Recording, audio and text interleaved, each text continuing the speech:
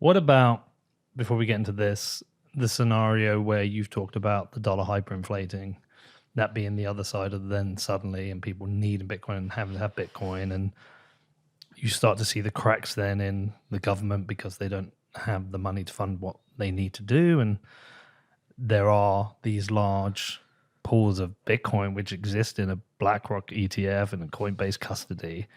Do you see an equivalent potential 6102 for Bitcoin where they just go and rug that Bitcoin from these custodians?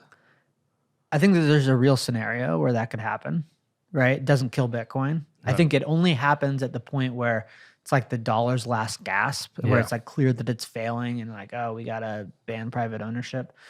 It won't work. Well, I don't say ban private ownership because that's what 6102 is. Yeah, but I'm not sure they ban private ownership because they still had the dollar and gold at that point, right? Right, but my understanding is you had to take your gold and turn it over to a bank and get dollars. Yeah. So it could, but the Bitcoin, if they steal the Bitcoin, but they also ban private ownership, there will be no use for that Bitcoin or rapidly devalue that Bitcoin. But could it be a scenario where, like, think about it like this? So China banned Bitcoin mining. If you look at that chart, Bitcoin mining has like increased 2.5 times from that point. Mm-hmm. Guarantee you, people still mine Bitcoin in China, and people still have Bitcoin in China. If in the United States they tried to ban booze, prohibition, and people found a way to get booze, it's like, just like use it as a microcosm. Here's this thing, booze, that is relatively destructive, but has survived the test of time, so there must be some value in it. Hell yeah. And people found a way to get it, even though it was illegal. And it was easier to stop, because you want to get booze somewhere, you got to go on a road, right? So you're going to take something that's, 1,000 less valuable than, or booze that's 1,000 less valuable than Bitcoin, and probably 100 times harder to stop, and you couldn't stop that. So the idea that they would like make its use illegal and then it would suddenly become less valuable, like when the U.S. government did Executive Action 6102 to ban private ownership of gold, at the time, I believe the dollar to gold conversion ratio was, bring me 1 ounce of gold, I'll give you $20. A year after that, in 1934, it was, bring me 1 ounce of gold and I'll give you $35. So they devalued the dollar. Yeah. Right? Gold didn't lose its value. The dollar lost its value. Yeah. So I think that's the scenario, the same scenario, like always look at history to what happens, but that the more likely thing is that they come to all the people that have Bitcoin and they say, hey, we're going to tax that. And just as if like the time when you sold it, you were going to have to pay capital gains on or whatever, we're going to have a one-time tax. We're going to actually, which is effectively stealing your Bitcoin. Of course. But like, give us 30% of your Bitcoin, and thereafter Bitcoin is legal tender. And every time you spend it, you were essentially like, what it would be the equivalent of is like, in a more literal sense, theft, but like, it would be like taxing unrealized capital gains, which they have done in other scenarios. And they've threatened to do recently. Yeah. So where it's basically like, we're going to pull forward, we're going to act as if you sold it all today. Give us 30%. If you don't, you're a criminal. And then thereafter, when you go to the grocery store and spend Bitcoin, it's not a taxable event. It's just money. And that's an easy tax to put on custodians. Yeah. Yeah. And if you hold your own keys, you get to decide. You get to be like, hey, do I want to go to El Salvador, or do I want to, like, my view, that's probably the most likely scenario, because the governments are going to need Bitcoin too. There are also, like the U.S. government has 60,000 Bitcoin, I believe, or maybe it's... But they keep selling it off. They do, but at this moment when, like, they haven't sold it all off, right? And so either way, maybe they assume they sold it all off. We don't want governments holding Bitcoin, but assume they had zero today. If a government's going to fund its operation, and if we accept that, like, because I am someone that believes that, like, you need... rule of law doesn't just magically appear. You need a group of people to agree on a consensus of rules and then have a structure to enforce them. Governments are going to need Bitcoin too. So in this world where a currency is no longer working, it's also no longer working for governments. And they are going to have an aligned incentive to, when they have to, adopt a form of money that's holding its value. And do you see it's a scenario where Bitcoin is the currency, or they will try to maintain a peg to the dollar and try and keep the dollar alive? I mean, I think that they will try to keep the dollar alive by any means necessary, right? Which I mean, someone's instinct is to be like, hey, why don't we get a pool of Bitcoin, and we'll say each Bitcoin is the equivalent of $100,000, and give us your Bitcoin, and I'll, like, that makes sense. I bet somebody tries that. Some country tries that.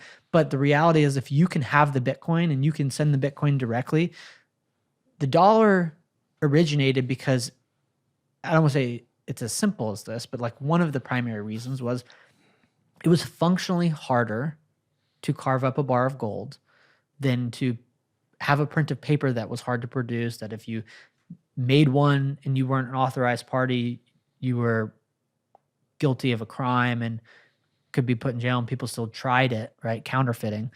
That in that world, the dollar was in certain ways a technological, whether it was an augmentation, it was basically saying like, hey, these are easier to transact, move, turn in your gold, I'll secure it.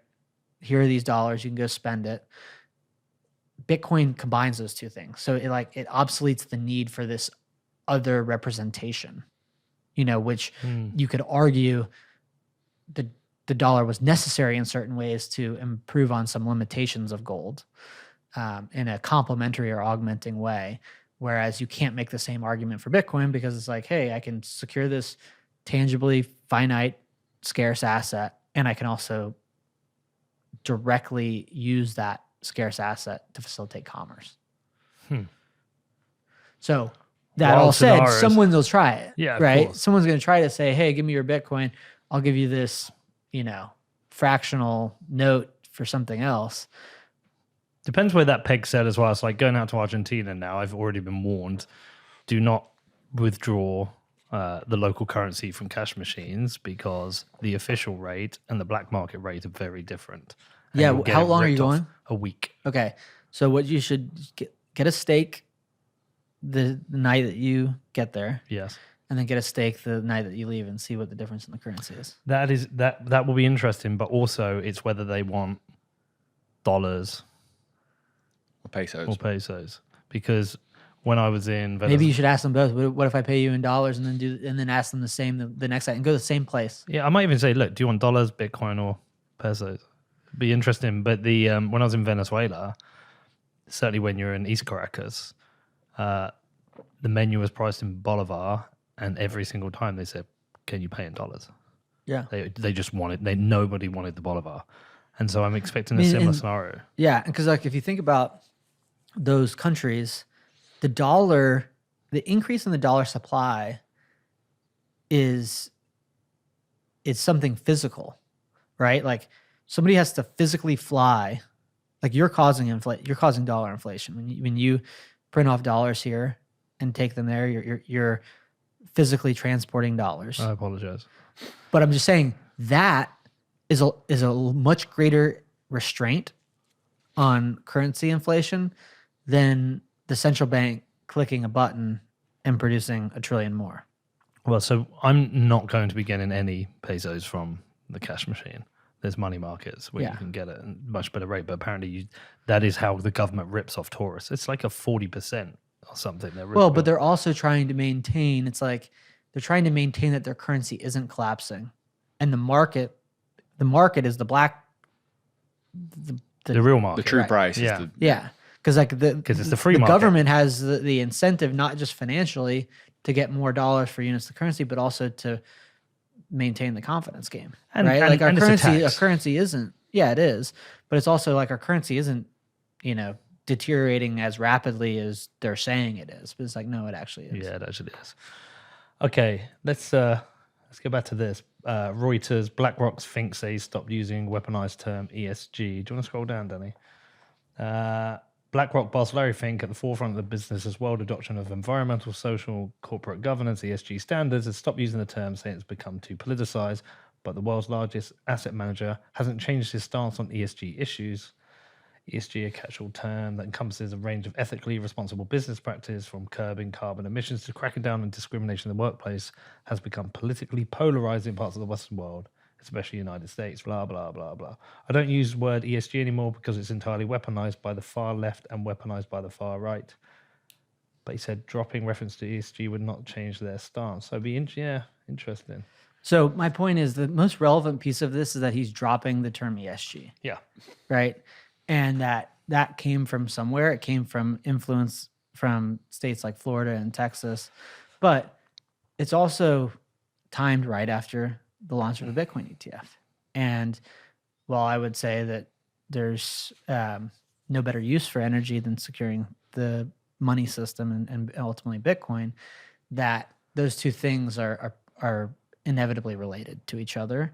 And my stance on ESG is that it was always a fraud.